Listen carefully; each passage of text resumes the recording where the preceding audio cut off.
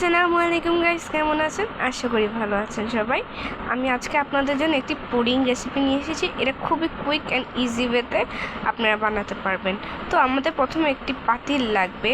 চুলার ফ্লেমটা অন করে আমরা 4 কাপ পানি দিয়ে দিব। অন্যদিকে একটি গ্লাসের মধ্যে 4 টেবিল চামচ পানি নিয়ে ওর মধ্যে আমরা 5 টেবিল চামচ গুঁড়ো দুধ দিয়ে দিব। কারণ এটা দিচ্ছি যাতে পানির সঙ্গে খুব ভালোভাবে মিশে যায়, যাতে কোনো লাম্পস না থাকে। এখন ওটা ভালো করে মিশিয়ে নেওয়ার পর আমরা এটা পানির সঙ্গে দিয়ে দিব। পানির সঙ্গে দিয়ে দেওয়ার পর এটাকে খুব ভালো করে অনবরত নাড়াচাড়া করতে হবে।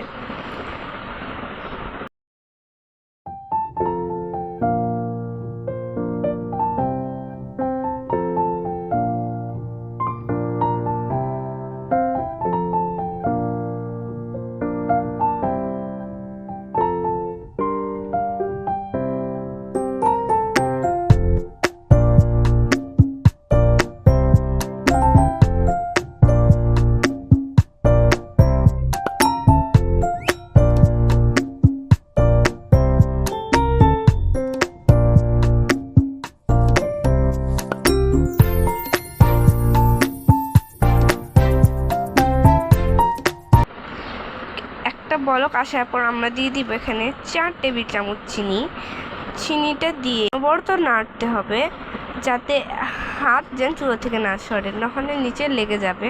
এটাকে খুব ভালোভাবে নাড়াচাড়া করে একটু হালকা ঘন করে নিতে হবে আমাদের।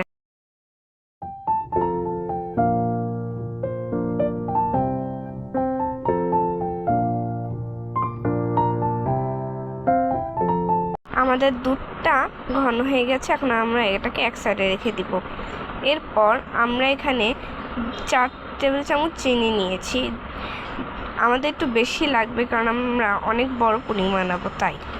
এখন 4 টেবিল চিনির মধ্যে আমরা 4 টেবিল চামচ পানি দেবো। যতটুকু চিনি নেবেন ততটুকুই পানি দিতে হবে এখানে। পানি দেওয়ার পর এখন খুন্তি দিয়ে অনবরত নাড়তে হবে যতক্ষণ এটা একটু ব্রাউন কালার না এসে পড়ে। এটা কিন্তু নাড়া ছাড়তে পারবেন না, কারণ নাড়া যদি ছেড়ে দেন তখন পুড়ে যাওয়ার আশঙ্কা থাকে।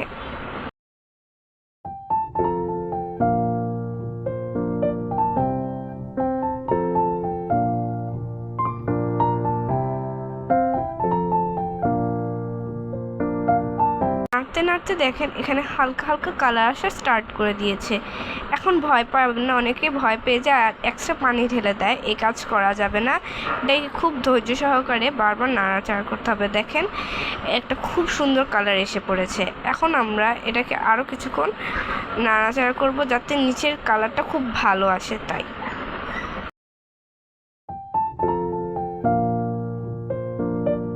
ক্যারামেল হয়ে এসেছে। এখন এটাকে আমরা চুলা থেকে নামিয়ে নিব।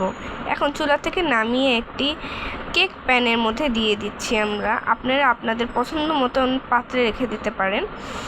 এখন এটাকে খুব ভালোভাবে ছড়িয়ে নিয়েছি আমি।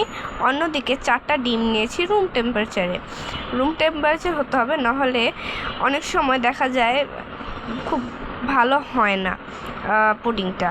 তো আমাদের রুম টেম্পারেচারে ডিমগুলো নিয়ে নিতে হবে। একটি বোলের মধ্যে আমরা 4টা ডিম ভেঙে দিয়ে দিব।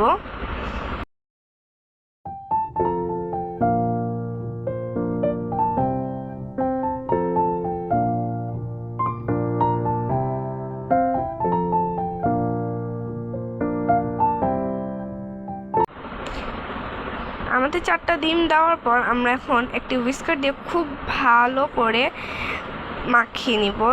যত ভালো করে মাখাবেন তত ভালো হবে এবং ততই সফট হবে। তো আমরা এটাকে খুব ভালো করে মিক্স করে নিব।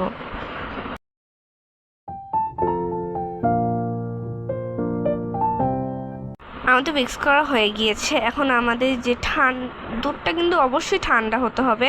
যদি গরম থাকে ডিমটা ফেটে যাবে এবং দুধটাও ফেটে যাবে। তো আমরা দুধ ঢেলে দিয়েছি। এখন দুধ ঢেলে দেওয়ার পর এটাকে খুব ভালো করে ডিমের সাথে মিশিয়ে নিতে হবে।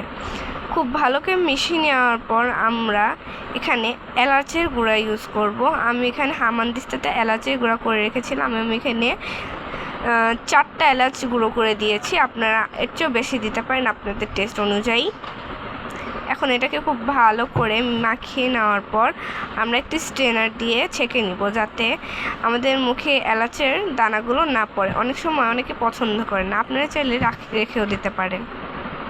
ছেঁকে নেওয়া দুধটা এখন আমরা সেই ক্যারামেলের বাটিতে দিয়ে দিব। ক্যারামেলটা যাতে খুব ভালোভাবে সেট হয়ে যায়, নাহলে এটা দুধের সাথে মিশে যেতে পারে।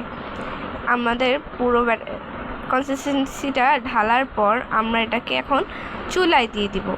আমাদের খেয়াল রাখতে হবে বাটির অর্ধেক পর্যন্ত পানি থাকতে হবে পাতিলের, এবং যে বাটিতে পুডিংটা আছে সেটা ঢাকনাও দিয়ে দিতে হবে, এর উপর আরেকটা ঢাকনা দিয়ে দিতে হবে।